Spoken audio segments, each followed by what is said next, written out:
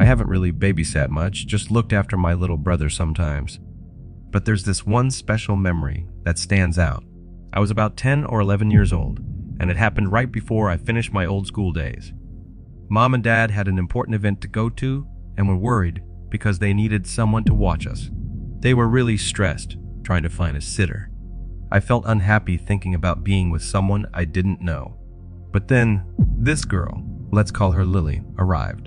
She seemed friendly, and my parents liked her, so I thought she might be okay. They said we'd stay over at our place, watch my favorite movie, and get pizza. That made me feel much happier. Lily wanted a veggie pizza, but I don't like spicy food. I tried to talk about it, but she ignored me. Then her boyfriend showed up, even though she wasn't supposed to have visitors.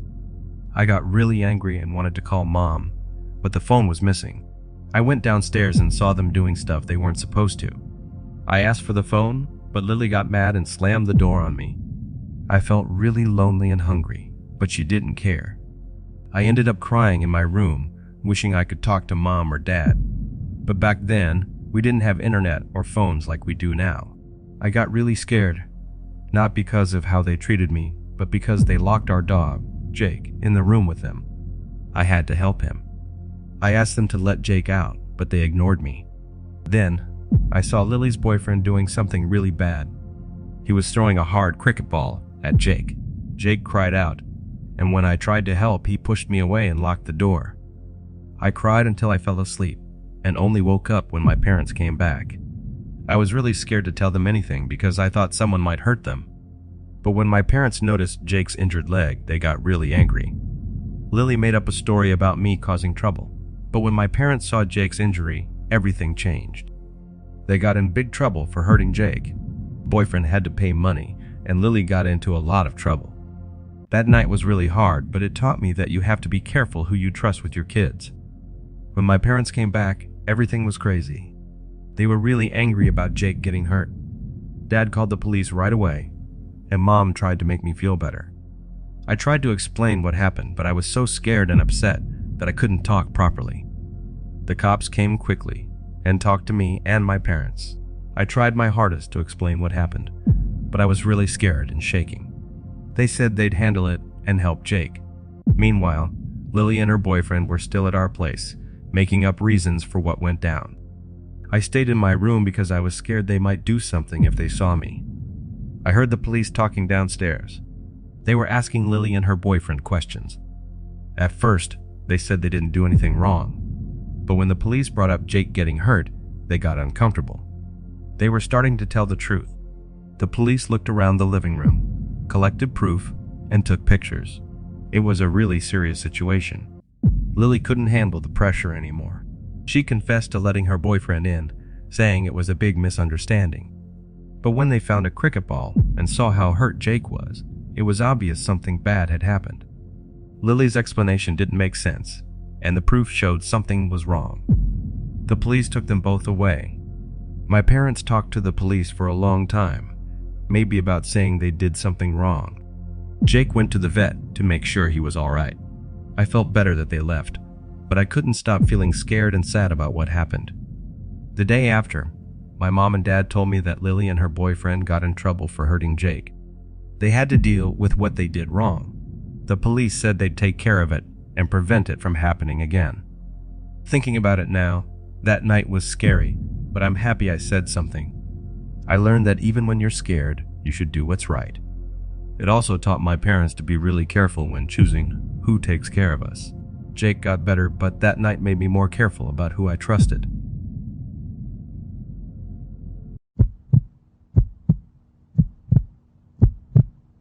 When I was 8 years old, and my sister Lily was 6. Our parents needed someone to take care of us while they went away. They found a babysitter named Kyle, who was 16 years old, through an ad at the library. Kyle went to the same high school as our parents, so they felt comfortable and trusted him to look after us. On the first night, we hung out in the basement and played games for a long time. Looking back, it feels like it all happened so fast, like time flew by because we were having so much fun. We were laughing a lot, competing in a friendly way, and really getting into the games. On the next day, something different happened. Kyle, who hadn't played games with us before, wanted to join. He seemed really interested and said he liked the game we were playing. He was so excited that it made us all more excited too, and our gaming group felt more lively because of him. We kept playing together, and it was amazing how fast Kyle learned the game. Having him around changed our group in a really cool way, making our time together even better. The more we hung out, the more I saw Kyle differently. His talent and laid-back attitude made me think of him as a really awesome person to be around. Next day was Saturday, and it's like any other day. My friend Jake visited and we played soccer while Kyle looked after Lily. Later, when Jake went home, we had pizza that Kyle ordered. At night, I was in bed playing video game when Kyle asked if I wanted to play more games. I told him I was tired, but he stayed anyway. I used to sleep really well, so it felt weird waking up when it was still dark outside. I saw someone in the corner of my room. It turned out to be Kyle. He whispered for me to be quiet and said it was just him. But then he came closer, took away my blankets, and that made me really scared. I hurried to Lily's room and stayed there because I felt really mixed up and afraid. The next day, things got weird between Kyle and me. It felt like we were avoiding each other. I stayed in my room most of the time, playing games with Lily to keep busy. But as nighttime came, I started feeling really strange. I felt really worried and couldn't sleep well. I heard the door make a noise, like it did the night before. I was scared to check, so I stayed where I was, telling myself it was all in my head. I waited until I was sure Kyle had gone. When I finally looked, I didn't see him, but I felt like he was still around. I wanted to keep Lily safe, so I stayed close to her, feeling like I needed to protect her. I packed my stuff and went to stay in Lily's room. When I got there, I saw someone halfway to her bed in the dim light. I got really scared and yelled at him to stop. He said he was just checking on Lily, but I didn't believe him. When he left, I locked the door really well to keep Lily safe. That night was the last time I saw Kyle. After that, he disappeared, but I felt really uneasy about what happened. The next day, I woke up on Lily's floor. We hung out in her room until our parents came back early. They asked why I slept on her floor, but I couldn't tell them the truth. I never did. I regret it now. I was scared and embarrassed, so I kept it all inside. I thought it would be awkward if I told anyone. Months passed, and something strange happened. There were news reports about Kyle getting arrested for something similar at another house. The police found out about his past because another kid from a different family spoke up. They were looking into him and found out he had a criminal record. I started thinking about something. What if I had told someone when it happened to us? Maybe it could have stopped him from doing it again. But I was young, and it was too frightening to talk about. I felt guilty for staying silent. Our neighbors told me that Kyle said he didn't do anything wrong. He insisted he was innocent and said it was all a big misunderstanding. But the police had proof from another family situation, and they were gathering a lot of evidence against him. I was really surprised to find out that someone who seemed normal and cool could do something bad. I wished I had told someone earlier. I learned that it's really important to speak up if something seems wrong, even if it's scary. When our parents learned about what Kyle did, they were really shocked. They thanked us for staying safe and promised to be more careful when hiring sitters in the future. It was a tough lesson, but it showed me that speaking up can make a difference, even if it's hard. It was a scary time, but it taught me how important it is to be brave and stand up for what's right. Before I continue to the next story, if you are interested in earning from YouTube without showing your face, or without making videos by yourself using artificial intelligence, like the video that you are watching right now, then I have a special free training for you. Check the first link in the description below to get instant access. I remember when I helped my cousin by taking care of her son, Jake. He was only 10 years old at that time. I stayed at their house because his mom had to go to work. She called me, and because I usually get along with Jake, I agreed to help out. I lived in a small apartment, but I stayed at their place for 3 days. I came home from college for the summer, but Jake had to keep going to school. Every morning, when Jake went to school, I did some work around the house cleaning up, throwing out the trash, and buying a few things from the store. My cousin had an agreement with me for that, and she paid me, which was really nice. When Jake got home from school, I'd cook for him. I could make mac and cheese or pasta, but not much else. He really liked playing video games, and it was my job to make sure he didn't play all day. Sometimes we'd go outside to play with a ball, and then I'd play video games with him. But I made sure he went to bed at a good time. The next morning, I'd wake him up, help him get ready, and see him off to the bus for school. After school, I helped Jake with his homework. Then, I got pizza because I'm not great at cooking.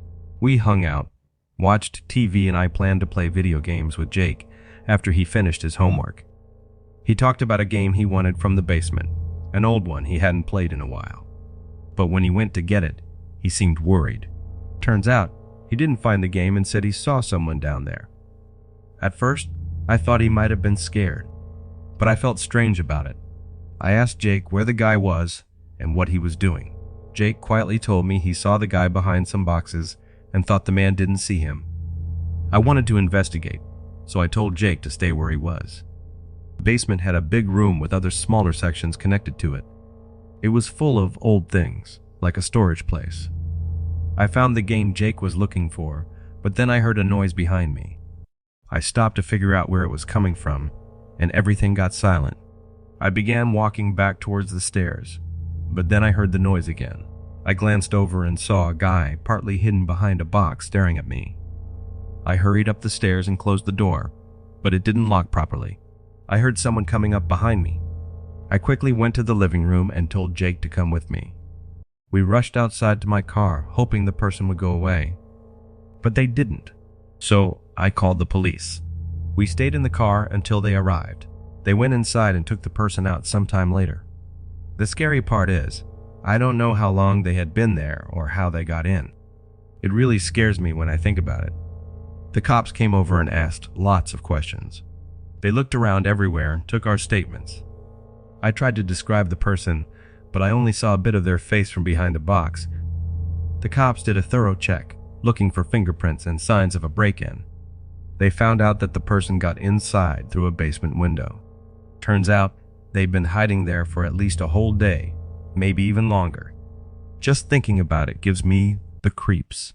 Once everything calmed down, the police took the man away. I stayed with Jake until his mom returned. She was surprised when we told her what happened. Thinking about it now, it was scary, but I'm happy Jake noticed something wrong and told me. I couldn't believe someone was hiding in their house while I was taking care of the kids. After that, we made sure all the doors and windows were locked really well. I'm just thankful everything ended up okay in the end.